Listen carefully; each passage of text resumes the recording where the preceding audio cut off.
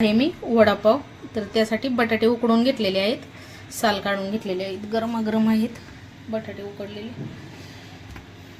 बटाटे आहेत ना, हे छान शिजवून घेतलेले आहेत, बारीक करून घेते. आणि ही बटाट्याची आपल्याला चटणी किंवा भाजी बनवायची आहे, पिवळी बटाट्याची भाजी. तर बारीक करून नाही घ्यायचे, थोडे थोडे असे मोठाले पण ठेवायचे, म्हणजे वडापाव खाताना छान लागते. नाही करून घ्यायचं बारीक एकदमच. यात्रा होती, रोडागिरी बाबा म्हणून मंदिर आहे, खूप मोठी यात्रा भरती ती. तर तिथे ना असं भेळ वडापाव. तर आम्ही गेलतो तर पाऊस पण असतोय, असं पावसाच्या याच्यामध्ये असते यात्रा.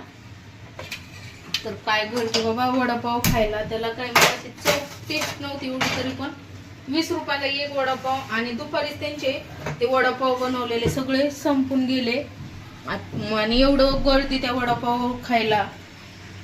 तर वडापाव बनविण्यासाठी कोथिंबीर, इथं कढीपत्ता आणि ह्या हिरव्या मिरच्या तळायसाठी घेतलेल्या आहेत मी. इथे ना हिरवी मिरची, लसूण आणि अद्रक हे बारीक करून घेतलेलं आहे. तेल टाकत आहे. तर ह्या भाजीला ना जास्त तेल नाही टाकायचं, थोडंच तेल टाकायचं. मोहरी टाकून घेत आहे. मोहरी छान तडतडली का जिरे,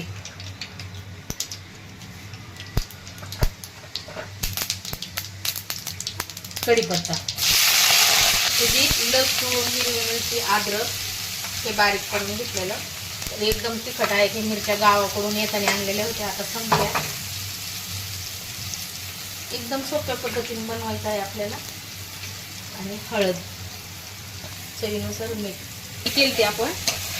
त्यामध्ये आता हे बटाटे टाकून घेतलेला आहे. आणि खूप जास्त आहे नाही करपायचं नाही, मिरची आहे ना करपायचं नाही. छान मस्त असं बटाटे परतून घेते यामध्ये.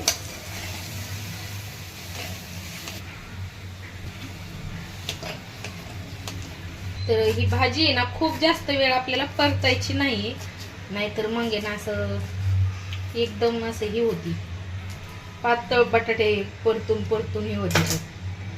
तर याच्यात भरपूर सारी कोथिंबीर टाकून घ्यायची आहे.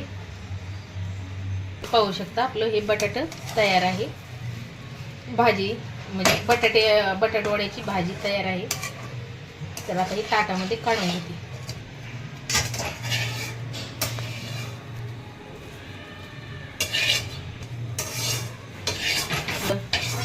कढई काय आपल्याला घासून घ्यायची गरज नाही आहे. तर आता कढईमध्ये तेल टाकून घेते मी.